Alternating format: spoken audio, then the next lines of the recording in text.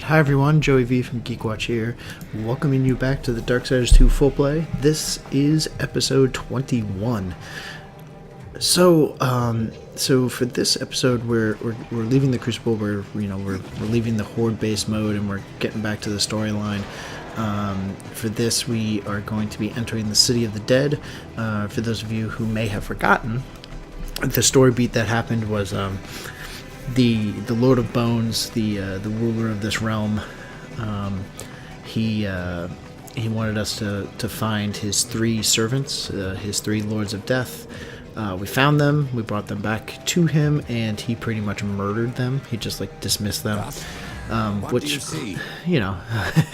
felt kind of like a jip. It's like, hey man, I did a lot of work for you, and you just ruined these guys. But from there, he pretty much said the next place we have to go is through the City of the Dead, and that will give us some information on the Well of Souls and give us the next hint on how we can restore humanity and clear the name of war. What you're seeing right here is they spent a lot of time in the last level giving you access to the two different ghosts that could help you solve puzzles. So now that they're dead, they give you this form called it's like split soul, and it allows you to have one statue of death be there, and then you can control the green and the purple version of death. Oh, excuse me.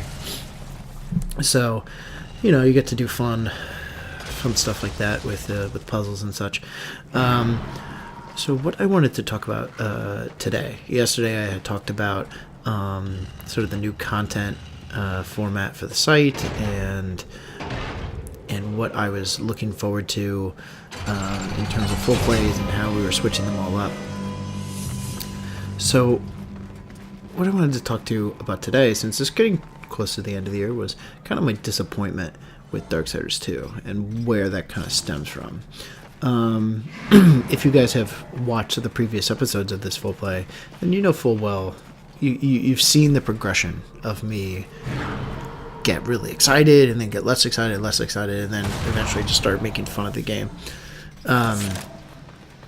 as it were. So I think the biggest thing for me, and it's kind of surprising, is that I don't mind the actual mechanics of the game. I think it's totally fine. I think it's great. I like the combat a lot. I like the little faster paced combat. I like the loot. Some people weren't thrilled about the loot, but I actually kind of like it. But I've also kind of liked it because I've gotten lucky getting a lot of the possessed weapons, which is really the best. That's the best part. But surprisingly is what has not surprisingly, but the thing that I thought they would be good with is the storyline, and I think the storyline has been just so disappointing for a number of reasons. Number one, the storyline for Darksiders 1 at its core was not a difficult one. It was, guy gets falsely accused of something, gets punished, and you spend the entire game trying to absolve him of this crime that he didn't commit. It's an age-old story, not a big deal. But what was really interesting about Darksiders 1 was the serpent. What was really interesting about Darksiders 1 was the political intrigue, almost. You had a lot of these interesting things of, who set him up? Who set up war? Which angel is working with which demon? This kind of conspiracy theory. And that was the really cool part, was you were learning.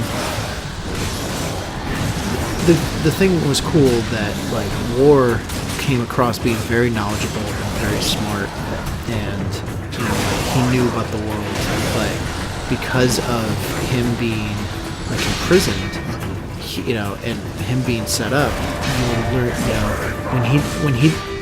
when he didn't understand something, when he was like, why is it this way, you it made sense that he wouldn't know that, because he'd been imprisoned, and there's people conspiring against him. So learning about the conspiracy was really interesting.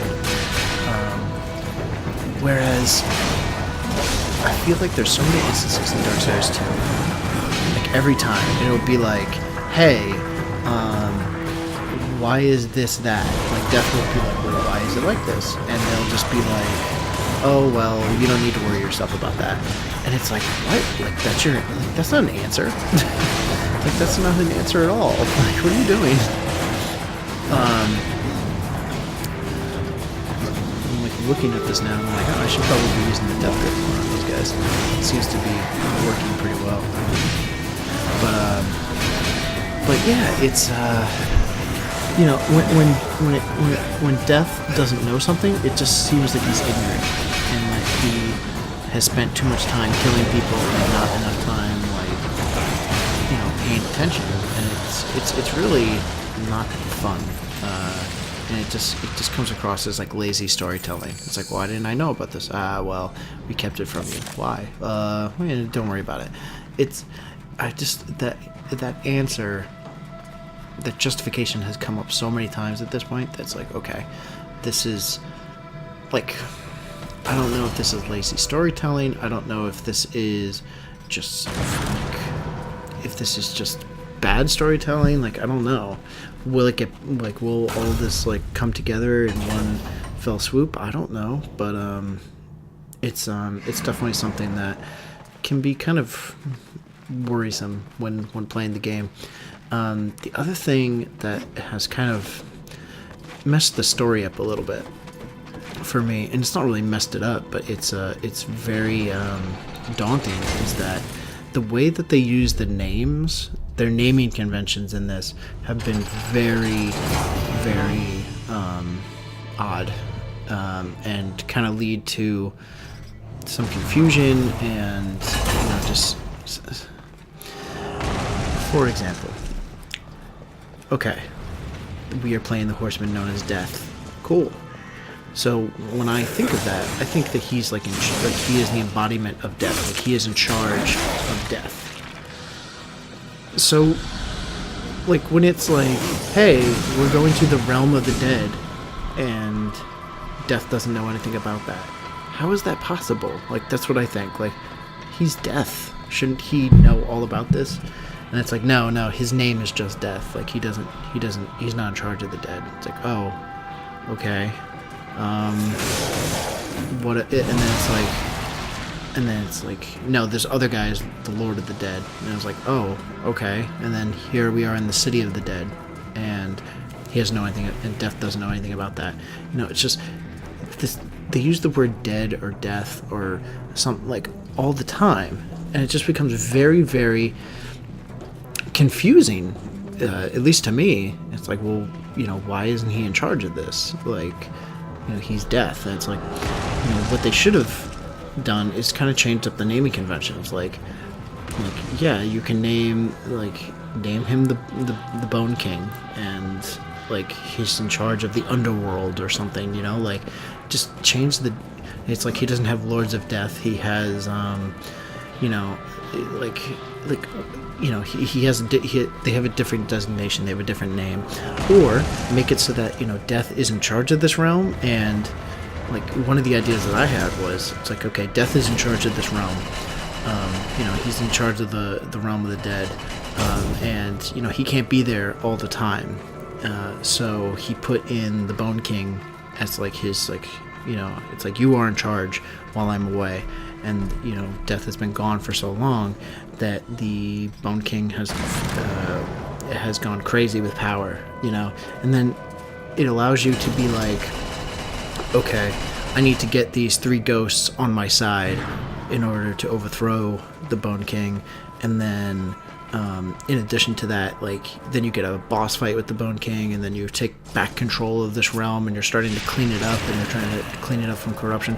Like, if you make Death the steward and in charge of this realm, like, it opens up these really interesting story possibilities. But instead of that, it's just like, oh yeah, he doesn't know anything about this realm, so you're just like walking in blind. It's like, it just doesn't seem as interesting, like at all. Like, you know, just because of their naming conventions, it's been messed up. So it's definitely something that I have complained about with some of the fans. Like Jimmy and I have talked about this game immensely, and just about how disappointed it is. And you know, I don't think I'm alone in the fact that I found this game disappointing. You know, one of the things that comes across is and you know, this game was not a success by all accounts. Like, Darksiders 1 was a surprise cult hit, and so, you know, one of the things that you have to take into account is that you know, Darksiders is made by and this is me totally failing at this puzzle. Like, I totally should have gotten it, but I didn't until a little bit later. But the thing that really gets me about this game is that you know, Vigil Studios made this, and you know, they made the, you know, they kept saying, like, we're making the game that we wanted to make. Like, we had to be very focused and with Darksiders 1, but this, you know, we really get to be ambitious about it. And it was made by them, but it was published by THQ, and THQ put a lot of thought, and they really wanted this game to succeed, because as many of you know, THQ is doing terrible financially, specifically. So, and then yeah, for you, when you guys when the screen goes like blurry, it means you're too far away from the host body. But the thing that yeah, me trying to figure this out, especially post-mortem, is really funny, watching me struggle to do this. I think I figure it out at some point, but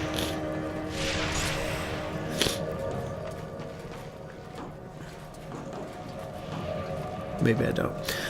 But yeah, THQ was doing terribly financially, and so they really needed Darksiders 2 to be a huge hit.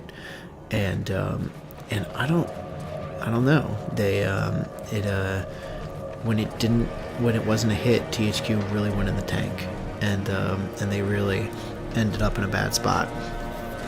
So this game just didn't click with people, I think, and I think it just didn't click. I believe because of the storyline. I think the storyline was really kind of, you know, a bad thing, and it really turned people off, I think. So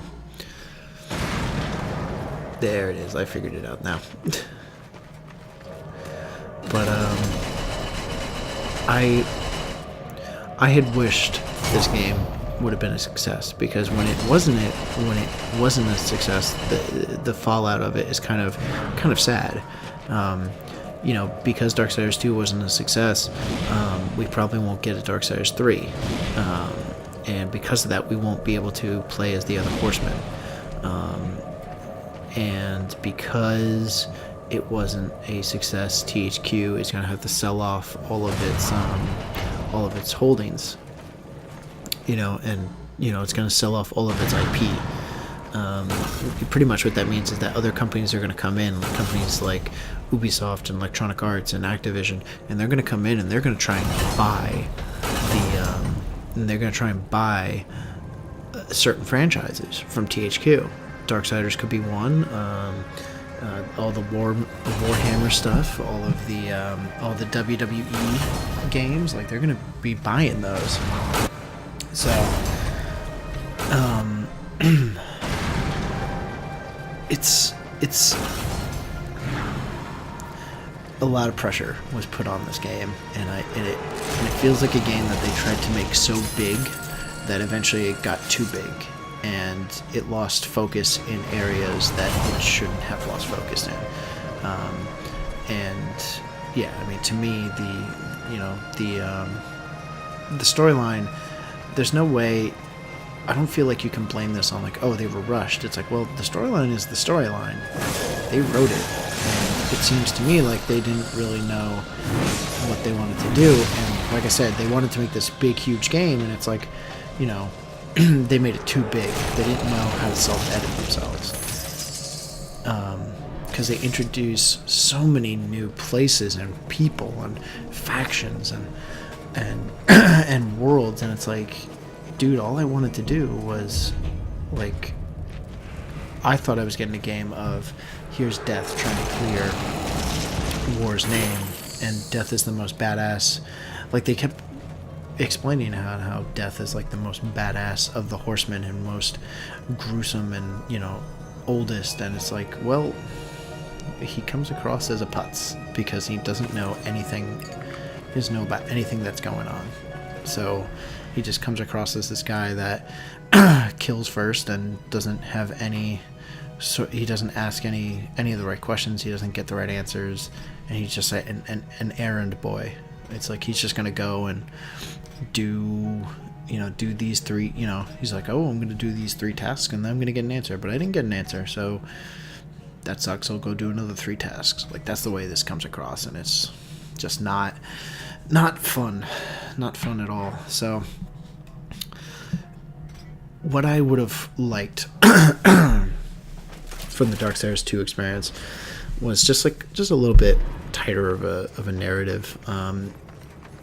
It may get better towards the end, but everything that I have heard from people is not negative, but it's one of those things where it's like, if you're waiting for this to get better, it doesn't really get better, and you really just have to hope that the combat will carry you through and that you enjoy that.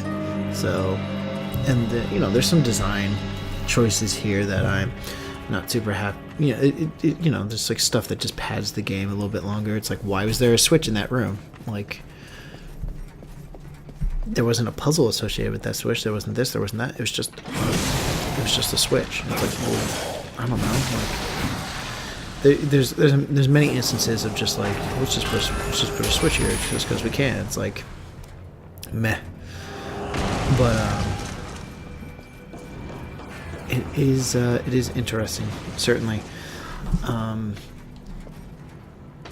You know, I'm sad that we don't get to play as the other horsemen.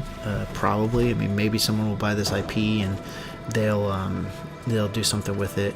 I mean, something had to have been going on with the development of this, because shortly after this game was released, some of the high-ranking employees with Vigil left. They just left pretty immediately after this game was done. And I'm just thinking, like, maybe they, like, I don't know what it was. Maybe they saw the writing on the wall. Maybe they knew that this game wasn't going to be a success. Maybe they started to hear early buzz and said, oh, let's get out of here while we can. I just don't know. But it is what it is. So, you know, I'm sad that we won't be able to play as the other 2 horsemen. There was really fun ideas of, like, well, you could have a 4-player co-op game where you play as all the different horsemen, and you know, or, you know, a narrative that switches between all 4 of the horsemen. That could be cool. You know, there's lots of really interesting ideas about different places you could take this series, and I would have really been interested to see that, because again, the ending of Darksiders 1 is so cool. It's, you know, it's War has just defeated, you know, the angels and the demons. You know, he's put right, you know, he's proven his innocence. He's put right what was, you know, he's defeated those people that had conspired against him. You know, he's done everything that he could, and then at the very end, there are the other 3 horsemen coming to his aid. And, like, that's so freaking cool. That's that badass moment of, like, yeah, we're gonna set everything right, you know. And then it's that momentum. That momentum is so strong, and then when you don't have that momentum, and then this game kind of like just kills that momentum, you know, because now we're back to technically this game is taking place, you know, even before War has been let out of prison and started to do things right. Like, it's, you know, he's just, it's there's just something off about it, and I just don't.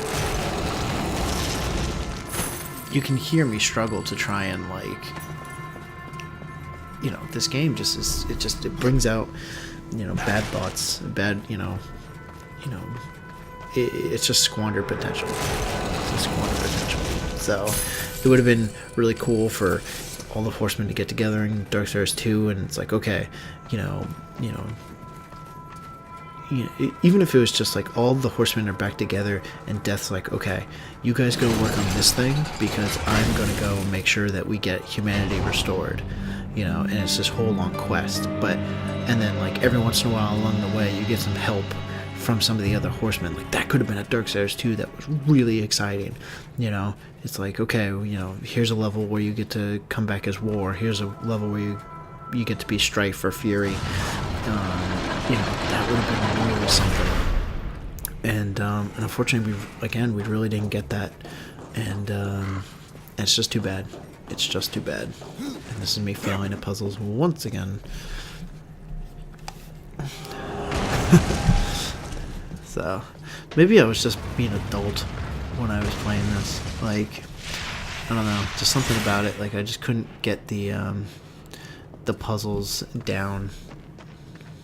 But yeah, so it's all good. I've since this was recorded, this was the last episode I recorded in September, and I never got around to posting it.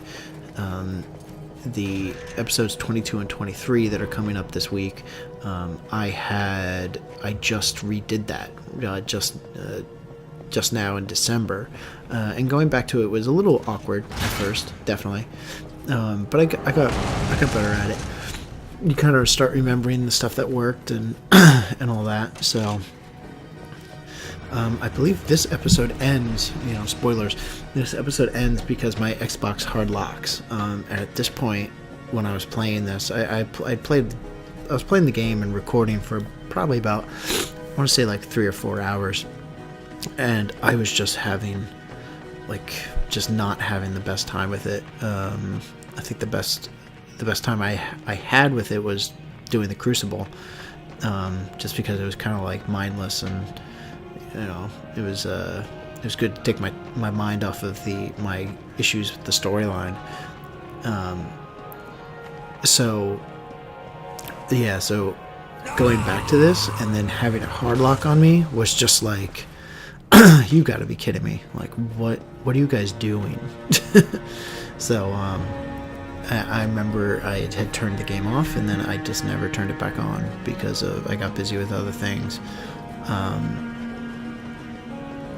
But yeah, so yeah, again, it's one of those, like, maybe these puzzles are clear to somebody else, but they were just not as clear to me. And I feel like I had to look up a lot more puzzles in this game than I did in Darksiders 1. Darksiders 1 was a little bit more clear cut, and you know, it's it goes to something of you know, just because you make a game, you know, Darksiders 1 wasn't a linear game by any stretch of the imagination. It was, you know, it had the Legend of Zelda feel. You know, you went here, you went there, you know, but you know, you could, you know, it was very, very, very Zelda, because you had to be like, okay, I'm going to go to this temple and I'm going to get this upgrade. I'm going to go to this temple and use that upgrade.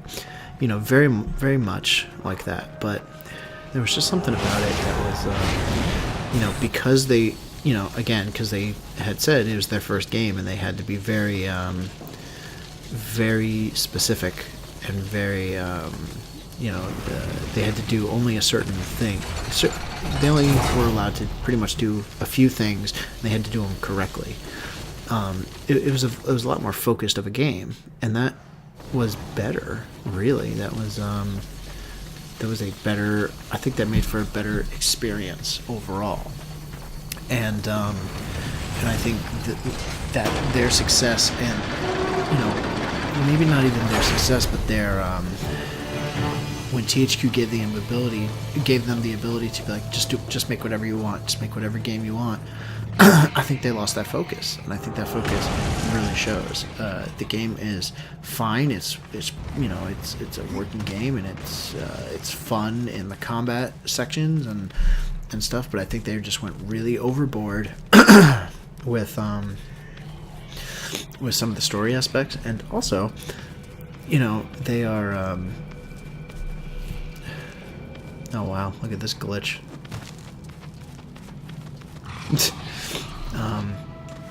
And also, they, the loot is good, but the loot's fun, but it's a little off in terms of, I don't know. I guess they never made a loot game before, so it's I don't know. It's tough to find. What I'm trying to say is they tried to be too much to everybody. Like, they were fully aware of, like, okay, in Darksiders 1, it's like a Zelda game mixed with God of War, mixed with Devil May Cry, mixed with even Portal to an extent. Like, and they were right up front with that. So now they were like, okay, we're gonna have Zelda, we're gonna have God of War, we're gonna have Portal, we're gonna have we want to add Death Grip kind of adds the Devil May Cry 4 aspect to it. We're gonna have we just want more. We want more references to things that we like.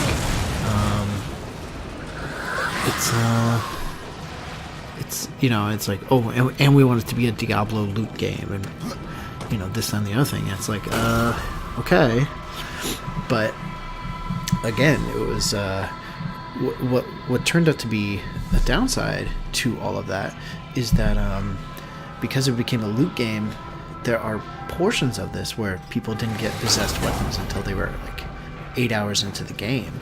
People couldn't get, my character has gotten possessed weapons, but it's very difficult for me to get any armor that specializes in strength, because I always get like mage stuff. And it's just the random loot sometimes leads to downsides. Whereas if you just like have this like progression of, you're gonna start off with this weapon, but then you're gonna get this weapon and then this weapon, and you're gonna look badass. Like there's kind of a point to that. It's like one less variable, and it seems like it's less of a game, but it's more focused.